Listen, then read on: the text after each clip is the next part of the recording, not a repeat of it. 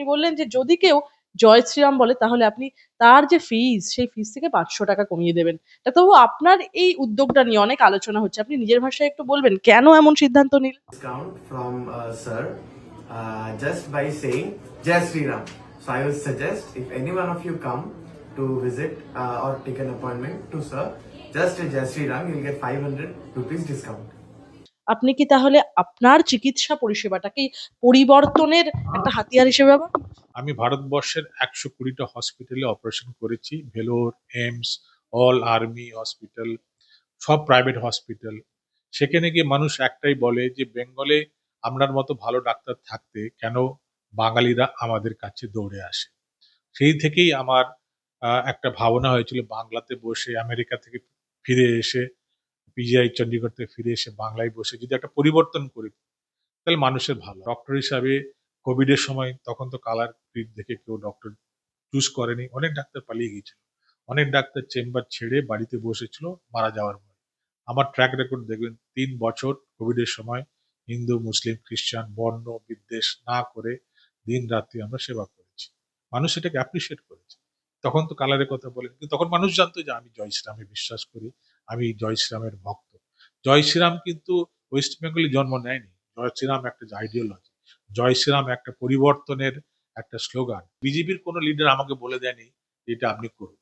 এটা আমার স্পন্টেনিয়াস নিজস্ব ব্যক্তিগত আমার বুদ্ধিমত্তা দিয়ে মনে হয়েছে এটা করলে আমি মোদিজিকে ভালোবাসা দেখাতে পারবো। মানুষ ভালো থাকুক, সবার জন্য জয় শ্রীরাম, জয় শ্রীরামের জন্য সবাই। আমার যেটা মনে হয় পরিবর্তন আসছেই। নট অনলি স্যার, মানুষ চায় পরিবর্তন। যারা থুতু ফেলেছে তারা একদিন বুঝতে পারবে যে অভয়ের মা সত্যের জন্য লড়াই করছে। সে যেমন তার মেয়েকে হারিয়েছে, ওই মায়েরও বোঝা উচিত তার একটা মেয়ে আছে এবং অভয়ের মাকে সর্বজাতি, সর্বধর্ম, সর্ববর্ণ ফুল সাপোর্ট করা উচিত।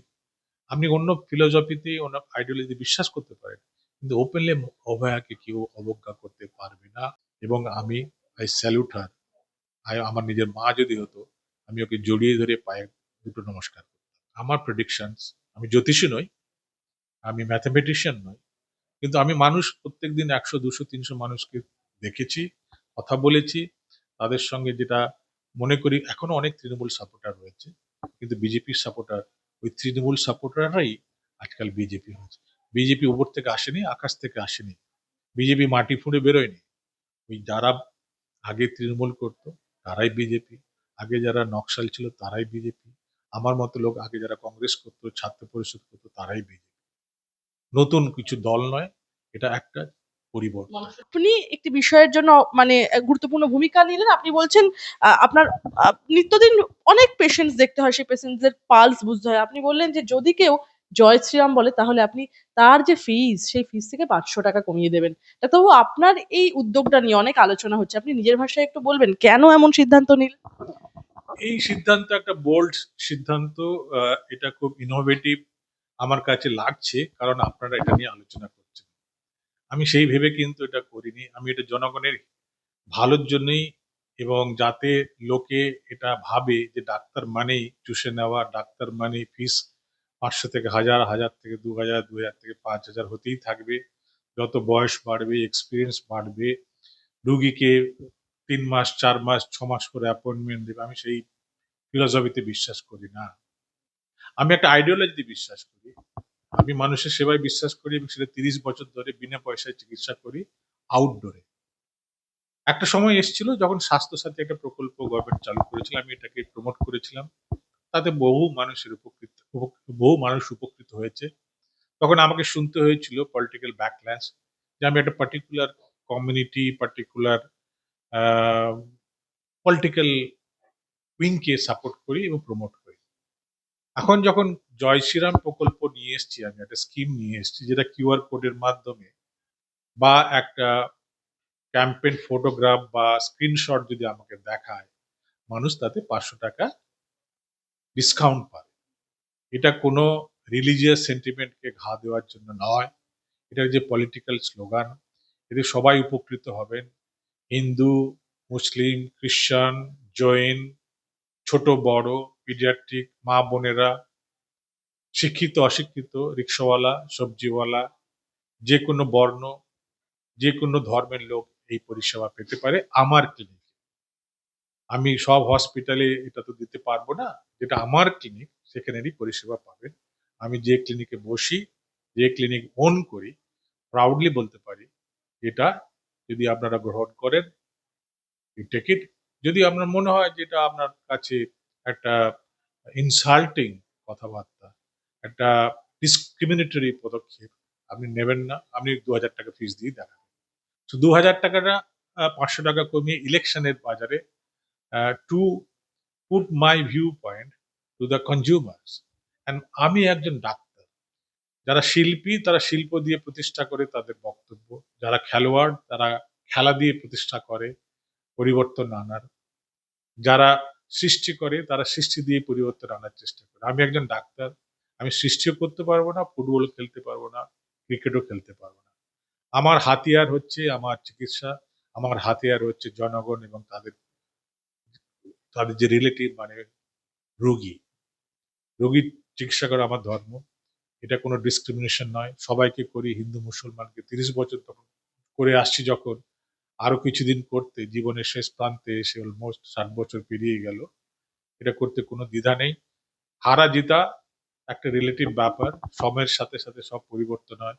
আমার এই যে স্কিমটা আমি বিজেপির স্লোগান হিসাবে নিয়েছি, আমি বিজেপির ক্যাম্পেনার হিসাবে নিয়েছি, আমি আরএসএস এর মেম্বার নই। এবং এটা আরো জোর গলায় বলতে চাই, এতে মানুষের খারাপ হবে না, ভালো হবে।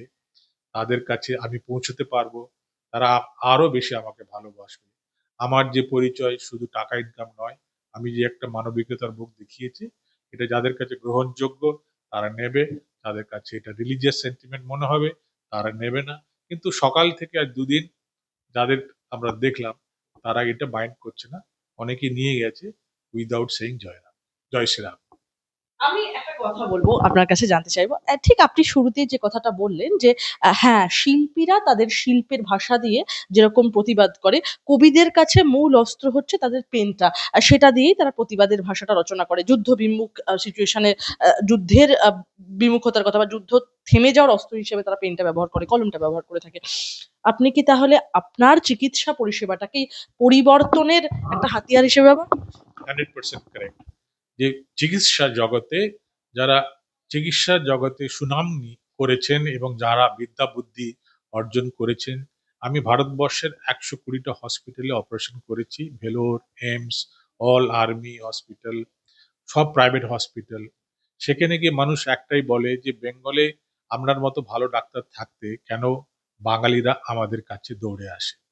সেই থেকেই আমার একটা ভাবনা হয়েছিল বাংলাতে বসে, আমেরিকা থেকে ফিরে এসে, পিজিআই চণ্ডীগড় থেকে ফিরে এসে বাংলায় বসে যদি একটা পরিবর্তন করি তাহলে মানুষের ভালো হবে। কিন্তু একটা পলিটিক্যাল কালার নিতেই হয়, কারণ পলিটিক্যাল কালার ছাড়া আমরা পলিটিক্যাল বক্তব্য, যে দেশের যে অ্যাসেম্বলি রয়েছে, যেখানে এমপি রয়েছে, এমএলএ রয়েছে, জনপ্রতিনিধি রয়েছে, সেখানে আমি কখনোই পৌঁছতে পারবেন না যদি আপনি একটা পলিটিক্যাল পার্টির সাহায্য না নেন। আমাদের কনস্টিটিউশন তাই বলছে। সুতরাং আমার হাতিয়ার হচ্ছে আমার চিকিৎসা, আমার রোগী, আমার সময় এবং আমার সহানুভূতিটা টুয়ার্ডস হিউম্যানিটি। একটা প্রশ্ন করব, এই রোগীদের কাছ থেকে এই উদ্যোগে ঠিক কি ধরনের প্রতিক্রিয়া পাচ্ছেন? সবাই কিন্তু এটাকে ওই হিসাবে দেখছে না, রিলিজিয়াস অ্যাঙ্গেলে।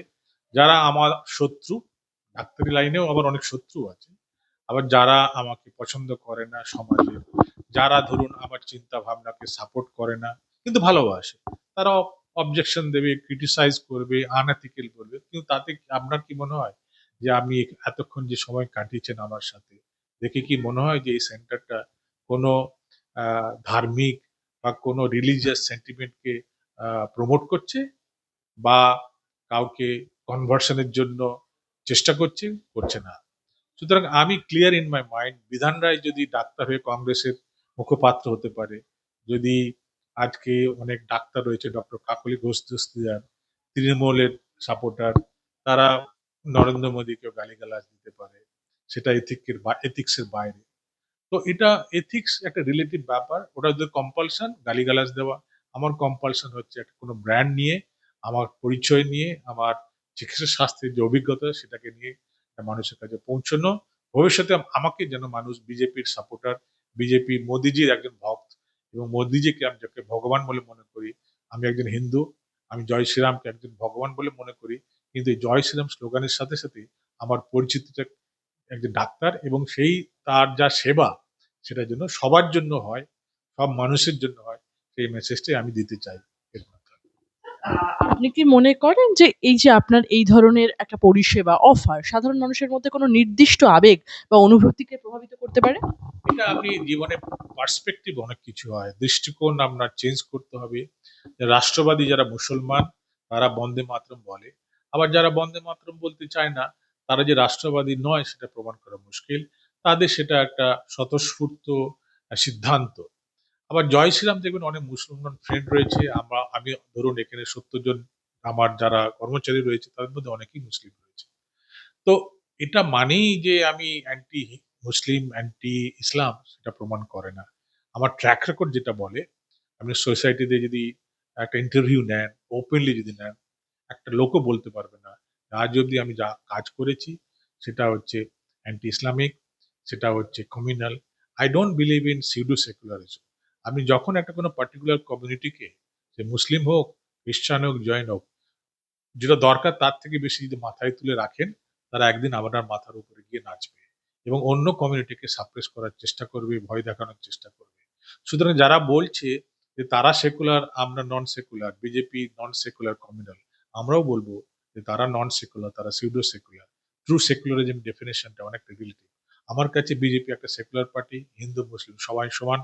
মুসলমান হতে পারে, তাদের আল্লাহ আছে, আমাদেরও ভগবান আছে, আমাদেরও রাম আছে, আমাদেরও জয় মা কালী আছে। তো আমি এজ এ ডক্টর, আমি হয়তো পলিটিক্যাল অনেক বেশি কথা বলে ফেললাম।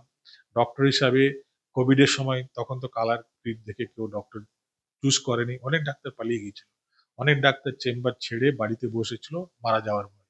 আমার ট্র্যাক রেকর্ড দেখবেন, 3 বছর কোভিড এর সময় হিন্দু মুসলিম খ্রিস্টান বর্ণ বিদ্বেষ না করে দিন রাত্রি আমরা সেবা করেছি। মানুষ এটাকে অ্যাপ্রিসিয়েট করেছে। তখন তো কালারের কথা বলেন, কিন্তু তখন মানুষ জানতো যে আমি জয় শ্রীরামে বিশ্বাস করি, আমি জয় শ্রীরামের ভক্ত। জয় শ্রীরাম কিন্তু ওয়েস্ট বেঙ্গলে জন্ম নেয়নি। জয় শ্রীরাম একটা আইডিওলজি। জয় শ্রীরাম একটা পরিবর্তনের একটা স্লোগান, একটা পরিবর্তনের ট্যাগলাইন। এই পরিবর্তন আসছে, যারা পরিবর্তনে বিশ্বাস করে না তারা কিন্তু স্বপ্নে জোয়ারে ভাসছে, আর যারা বিশ্বাস করে তারা এর ফেভারে কিছু কমিউনিটি সার্ভিস করে দেখাক এবং জয় শ্রীরামকে আরো এগিয়ে নিয়ে যাক, এটাই আমি চাই। আমার শেষ কয়েকটা প্রশ্ন আপনার কাছে। ইন্ডিয়ান মেডিকেল অ্যাসোসিয়েশন থেকে কোনো চিঠি কি এই মুহূর্তে আপনাকে পাঠানো হয়েছে আইএমএ থেকে? আইবে থেকে যে চিঠিটা পাঠানো হয়েছে সোশ্যাল মিডিয়ায় আমি দেখেছি, ফিজিক্যালি হয়তো আজকে ডেলিভার্ড হয়ে যাবে। আইএম এর এভরি রাইট আছে, একটা মেডিকেল অর্গানাইজেশন এভরি রাইট আছে টু কোশ্চেন। কারণ হচ্ছে আমরা কিছুটা আহ, বলি যে এটা যদি নিয়ম শৃঙ্খলার বাইরে সবাই চলে যায়, তাহলে মেডিকেল ফ্যাটার্নিটিতে একটা অরাজকতার সৃষ্টি হবে, ম্যাল প্র্যাকটিস শুরু হবে। সুতরাং আইএমএ যেটা করেছে আমি সাধুবাদ দিই। আইনে যেটা করেছে তার উত্তর দেওয়ার অধিকার আমার রয়েছে। আইএমএ যদি বলে আমার রেজিস্ট্রেশন ক্যান্সেল করে নেবে, কোর্ট রয়েছে। কিন্তু আমার মনে হয় আইএমএ তো খুব সেন্সিবল লোক আছে, তারা জিনিসটা হয়তো বুঝতে পারবে যে এটা কোনো ডিভিসিভ অ্যাটেম্প নয়, এটা স্টান্ট বলতে পারেন। বিজেপি একটা পলিটিক্যাল স্টান্ট, কিন্তু বিজেপির কোনো লিডার আমাকে বলে দেয়নি যে এটা আপনি করুন। এটা আমার স্পন্টেনিয়াস, নিজস্ব, ব্যক্তিগত, আমার বুদ্ধিমত্তা দিয়ে মনে হয়েছে এটা করলে আমি মোদিজিকে ভালোবাসা দেখাতে পারবো, দেশকে ভালোবাসা দেখাতে পারবো। একটা মাধ্যম যেটা হচ্ছে বিজেপি, যেটা ভারতবর্ষে বিভিন্ন রাজ্যে শাসন করে, মানুষ ভালো আছে, পরিযায়ী শ্রমিক কমুক, চাকরি পাক, দুর্নীতি যাক, দলাবাজি যাক, এবং এটাই আমার মোটো, মানুষ ভালো থাকুক, সবার জন্য জয় শ্রীরাম, জয় শ্রীরামের জন্য সবাই। রাজ্যে এখন যা পরিস্থিতি বর্তমানে, পরিবর্তন এখন ঠিক পশ্চিমবাংলার জন্য কতটা প্রয়োজন? আপনি তো সারাদিন অনেক পেশেন্ট দেখেন। তাদের সাথে কথা বলে আপনি কি বুঝতে পারছেন? তাদের পালসটা ঠিক কি বলছে? ডাক্তারবাবু কি বলছে? ধরুন আহ, আমার যেটা মনে হয় পরিবর্তন আসছেই, নট অনলি স্যার, মানুষ চায় পরিবর্তন। যারা শিক্ষিত, যারা গরিব, তারা শুধু লক্ষ্মী ভান্ডার নিয়ে সন্তুষ্ট নয়। বিজেপি 3,000 টাকা দেবে বলছে, কিন্তু তাতেও সন্তুষ্ট নয়। মানুষ চায় তার ছেলে মেয়ে চাকরি। আমার পরিবর্তন একটা ঘটনার পরে এসেছে, সেটা হচ্ছে অভয়া। আরজি করের ঘটনার পরে আমি সম্পূর্ণ পরিবর্তিত মেন্টালি, এবং সম্পূর্ণ আমি দোষী করি যে এক্সিস্টিং যে সিস্টেম রয়েছে সেখানে একটা মানুষ, একজন ডাক্তার, তাকে গলা টিপে রেপ করে মারা হলো। আমার একটি মেয়ে আছে, আমার তার কথা ভেবে আমি মনে করি যে এটা সোসাইটির পক্ষে খুব খারাপ সংবাদ দেবে যদি আমি এটা প্রোটেস্ট না করি। আমার প্ল্যাটফর্ম হচ্ছে বিজেপি, আমার প্ল্যাটফর্ম হচ্ছে ডাক্তারি, আমি ডক্টর পি কে হাজরা। আমি যদি না বলি আমার জুনিয়র বলবে না, আমার জুনিয়র যদি না বলে তার নার্সেস বলবে না, তার নার্সেস না বললে টেকনিশিয়ান বলবে না। যে long chain is a human chain. আমাকে দেখে অনেক অনুপ্রাণিত হয়, আমাকে এগিয়ে যেতে দেখে অভয় প্রোটেস্টের জন্য আমার লাইনে অনেকে এসে দাঁড়াবে, আবার অনেকে লাইনকে অ্যাভয়েড করে যাবে, তাতে আমার কিছু আসে যায় না। কিন্তু এর মাধ্যমে আমি বলতে চাই যে আইএমএ চিঠি দিয়েছে, নিশ্চয়ই তার উত্তর দেব। আইএম এর অধিকার রয়েছে আমাকে কোশ্চেন করার, আমাকে ডেকে পাঠানোর, আমার এভরি রাইট আছে তার উত্তর দেওয়া। তাদের যদি মনে হয় যে আমি একটা সংবিধান বহির্ভূত মেডিকেল এথিক্স এর বাইরে গিয়ে কাজ করেছি, তার উত্তর নিশ্চয়ই আপনি পেয়ে যাবেন। অভয়ার মা আরজি করে চিকিৎসক তরুণীর নিহত চিকিৎসক তরুণীর মা বিজেপির পানিহাটি থেকে বিজেপির নির্বাচিত প্রার্থী নির্বাচনে লড়াই করছেন, বলছেন মেয়ের বিচার এবং একাধিক মেয়েরা যারা বিচার পেল না তাদের বিচার তিনি ছিনিয়ে আনবেন। তিনি যখন প্রচারে বেরোচ্ছেন, রাজ্যের বর্তমান শাসক দল সহ আরো যেসব বিরোধী দল রয়েছে তাকে ঘিরে যে কুৎসিত মন্তব্য করা হচ্ছে, কিভাবে দেখছেন? দেখুন, অভয়ের মাকে যা করেছে এবং যা করছে এবং যা করবে, হেরে গেলে তো অভয়ের মার উপরে আবার অত্যাচার হবে, মেরে ফেলতে পারে। কিন্তু আমার মনে হয় না যে শীর্ষ নেতৃত্ব ওনার যে বিহেভিয়ার, যারা কর্মচারী করেছেন, থুতু ফেলেছেন, গালিগালাজ দিয়েছেন, মারতে গেছে, উপর থেকে আসে না। এটা মানুষ সত্যিকারে খারাপ হয়ে গেছে, কারণ খারাপ সঙ্গে থাকার ফলে, খারাপ আইডিওলজিতে বিশ্বাস করতে করতে মানুষ অধঃপতনের দিকে মেন্টালি, আইডিওলজিক্যালি তাদের যে ভেতরকার কোডটা নষ্ট হয়ে গেছে। আমার মনে হয় তাদেরকে মেন পথে আবার ফিরিয়ে নিয়ে আসা যায়। যারা থুতু ফেলেছে তারা একদিন বুঝতে পারবে যে অভয়ের মা সত্যের জন্য লড়াই করছে। সে যেমন তার মেয়েকে হারিয়েছে, ওই মায়েরও বোঝা উচিত তার একটা মেয়ে আছে, এবং অভয়ের মাকে সর্বজাতি, সর্বধর্ম, সর্ববর্ণ ফুল সাপোর্ট করা উচিত। আপনি অন্য ফিলোসফিতে, অন্য আইডিওলজিতে বিশ্বাস করতে পারেন, কিন্তু ওপেনলি অভয়াকে কেউ অবজ্ঞা করতে পারবে না। পৃথিবীর কোনো মা মাতৃত্ব যাদের যেই সংসারে বিশ্বাস করে, তারা অভয়াকে ভুলতে পারবে না, আর অভয়ের মাকেও কোনোদিন অবজ্ঞা করতে পারবে না। অনেক অ্যাটেম্প্ট হয়েছে অবজ্ঞার মাকে হসপিটালে ভর্তি হতে দেবে না, ওয়েস্ট বেঙ্গলে কোনো চিকিৎসা না চেষ্টা হয়েছে, কিন্তু সব ফেল করেছে। ডাক্তারের অভয়ের মাকে চিকিৎসা দিয়েছে, বিজেপিদের প্রধান কে। সুতরাং রিস্ক আপনাকে একটা নিতেই হবে, আপনাকে এগোতেই হবে। অভয়ের মাকে আমি ধন্যবাদ দিই যে উনি একজন মহিলা হয়ে এই এক্সিস্টিং সিস্টেমের এগেনস্টে লড়ে যাওয়া সত্যিকারের একটা বলবো যুগান্তকারী স্টেপ। এবং আমি আই স্যালুট হার। আমার নিজের মা যদি হতো, আমি ওকে জড়িয়ে ধরে পায়ে দুটো নমস্কার করতাম। একদমই। আমার শেষ দুটো প্রশ্ন আপনার কাছে। বিজেপি ঠিক কত আসন পাবে বলে ধারণা করছেন আসন্ন নির্বাচন? দেখুন, আসনের থেকে বেসিক্যালি মানুষের কনফিডেন্স আগের থেকে অনেক বেশি, বিজেপির প্রতি ভালোবাসা অনেক বেড়েছে। আসনটা একটা সংখ্যা মাত্র, কিন্তু আসন দরকার। আমার আশঙ্কা হচ্ছে যে বিজেপি জিতবে, তারপরে যদি ভায়োলেন্স হয় সেটা কিন্তু আবার বিজেপির এগেনস্টে যাবে। বিজেপি জিতছে, এখন থেকে তৈরি করতে হবে যে যারা ভোট দেয়নি তারাও বিজেপিকে চায়, যারা ভোট দিয়েছে তারা তো চায়।